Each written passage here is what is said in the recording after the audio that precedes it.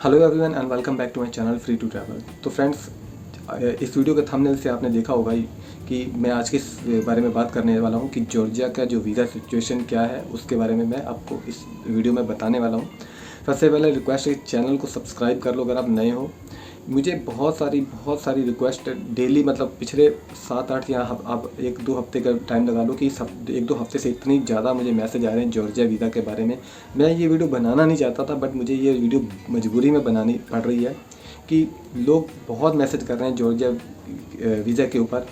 तो वो ये नहीं पूछ रहे हैं कि मतलब हमारा वीज़ा के लिए हम कौन कौन से डॉक्यूमेंट्स लगाने चाहिए या कितनी उसकी फ़ीस है, या हमें उसका वीज़ा कैसे अप्लाई करना चाहिए, या क्या प्रोसीजर है। वो ये नहीं पूछ रहे हैं, वो सिर्फ यही बता रहे हैं कि हमारा वीज़ा रिफ्यूज़ हो गया। तो अब इतने सारे मैसेजेस आ रहे हैं, जितने भी अभी तक मेरे पास मैसेज आए हैं पिछले 1-2 हफ्ते में, सबके जो हैं वीज़े रिफ्यूज़ हुए हैं। उनका यही कहना था कि हमारा वीज़ा रिफ्यूज़ हो गया, हम उसे कैसे लें, हमारे अकाउंट में इतने पैसे थे, हमारे पास इतना फ़ंड था, हमने ट्रैवल इंश्योरेंस भी लगाई थी, हमने ये डॉक्यूमेंट भी लगाया था, हमने ITR भी लगाई थी, सब कुछ हमारा ठीक था, तभी हमारा वीज़ा रिजेक्ट हो गया। तो भाई मैं आपको एक चीज़ और बता दूँ, वीज़ा इसमें जॉर्जिया नहीं दे रहा है।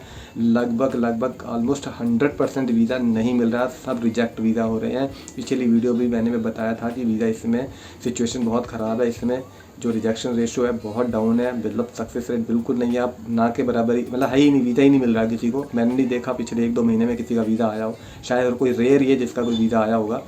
फ़िलहाल अभी वीज़ा बिल्कुल नहीं दिया जा रहा, बिल्कुल नहीं मिल रहा। वीज़ा अप्लाई करना जॉर्जिया का इस समय बेकार है। ये आप सारे देख सकते हो कि कितने, मुझे मैंने ये स्क्रीनशॉट आप देख सकते हो कि कितने सारे लोगों के वीज़ा रिजेक्ट हुए हैं। इतने सारे मैसेज मुझे मतलब डेली आ रहे हैं, मतलब 5-7 मैसेज मेरे पास लगभग डेली आ रहे हैं कि हमारा वीज़ा रिजेक्ट हो गया। एक मैं आपको एक बात बताता हूँ, स्टोरी बताता हूँ। एक लड़के का वीज़ा रिजेक्ट हुआ, उसके वो शेंगेन ट्रैवल था, बट लेटेस्ट में नहीं था। पहले उसने ट्रैवल किया था शायद 3-4 साल पहले। तो उसके बाद उसने मेरे ख्याल से, उससे पहले न्यूजीलैंड भी ट्रैवल था, और यूके उसने ट्रैवल किया था, बट वो यूके का वीज़ा एक्सपायर हो चुका था, ख़त्म हो गया था। तो मतलब उसके पास 2-3 कंट्री के वीज़े थे, अच्छी कंट्री को, और भी छोटी कंट्रीज़ के उसने ट्रैवल किया था। तो सारी फ़ोटो अपलोड कर दी, पर उसके पास कोई भी वैलिड वीज़ा नहीं बचा था। जो भी बड़ी कंट्री के, 2 बड़ी कंट्री का इसमें आपको अपलोड करना होता है, तो वो 2 बड़ी कंट्री का रिसेंट में बताया। उन्होंने पूछते हैं कि रिसेंट में आपने कहाँ बड़ी कंट्री में ट्रैवल किया, तो उसने शेंगन और शायद एक कंट्री और बताई थी, शायद यूके बताया था। तो वो बताने के बाद भी छोटी कंट्री के जो वीज़े थे, उसकी फ़ोटोकॉपी स्टैम्प्स, जो आपकी इमिग्रेशन की स्टैम्प्स लगती है आपके पासपोर्ट के ऊपर, पेज के ऊपर, तो वो भी अपलोड की थी, उसके भी JPG में उसने अपलोड की थी, तब भी उसका वीज़ा रिफ्यूज़ कर दिया गया, यही कहकर कि आपके पास फंड नहीं है या आपने ट्रैवल इंश्योरेंस नहीं लगाया था। जबकि उसने लगाया था, ट्रैवल इंश्योरेंस भी लगाई थी, और उसके अकाउंट में भी लगभग 4 लाख प्लस फंड पड़ा था, वीज़ा नहीं दिया गया। अभी जितने भी लोगों के वीज़ा रिफ्यूज़ हो रहे हैं, सबको ये इसी रीज़न से रिफ्यूज़ किया जा रहा है कि आपके अकाउंट में पैसे नहीं है, फंड नहीं है। दूसरा, आपने ट्रैवल इंश्योरेंस नहीं लगाई है, जबकि वो लगाते हैं तब भी वो वीज़ा नहीं दे रहे हैं, इसी रीज़न से वो रिजेक्ट कर रहे हैं। दूसरी बात मैं आपको बताना ये चाहता था कि जॉर्जिया की अगर वीज़ा पोर्टल पे अगर आप जाते हो, तो वहाँ पर अगर आपके पास बड़ी किसी कंट्री का वैलिड वीज़ा है, तब तो आपको वीज़ा लेने की ज़रूरत नहीं है, आप वीज़ा से एग्जाम्प्ट हो।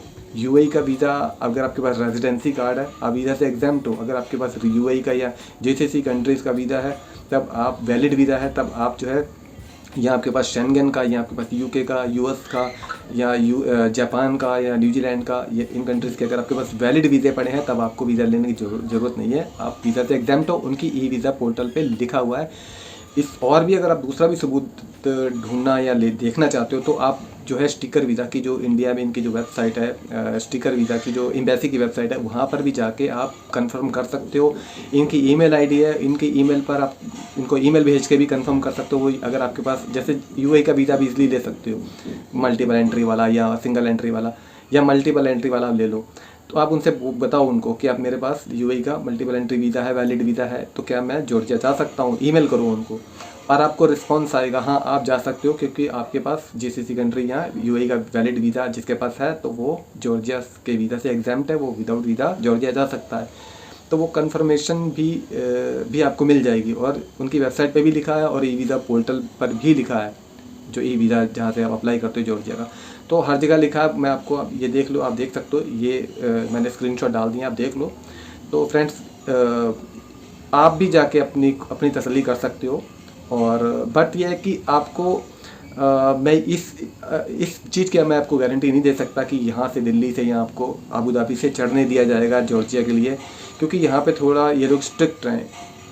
अगर आप विदाउट वीज़ा जाते हो, आप कहते हो कि नहीं जी ऐसे ऐसे वीज़ा तो एक्सेप्ट है, बट इस चीज़ की मैं आपको गारंटी नहीं दे सकता ये कि आपको ये चढ़ने देंगे। इसके लिए आपको क्रॉस चेक करना पड़ेगा, पता करना पड़ेगा। बट मैंने जो पिछली वीडियो डाली थी उसमें मैंने बताया था कि एक पाकिस्तानी लड़का था, एक लड़की अपनी इंडियन गई थी, इंडिया की लड़की थी, उसने वहाँ पर अपनी आंखों से देखा कि उसके पास मल्टीपल एंट्री वीज़ा था, और वो कुतैसी एक शहर है जॉर्जिया का, वहाँ पर मल्टीपल एंट्री वीज़ा से उसको एंटर करने दिया गया उस पाकिस्तानी लड़के को, क्योंकि उसके पास वीज़ा नहीं था और बस यूएई का मल्टीपल एंट्री वीज़ा था 60 डेज़ वाला, उसी से उसे एंटर करने दिया गया। बट फिर भी मैं फिर कहूँगा क्रॉस चेक आपको करना है, रिस्क आपका ही होगा, क्योंकि हो सकता है आपको ये लोग ना चढ़ने जाए, दिक्कत करें। आप किसी और थर्ड कंट्री से भी ट्राई कर सकते हो, जैसे अजरबैजान से या उज्बेकिस्तान से।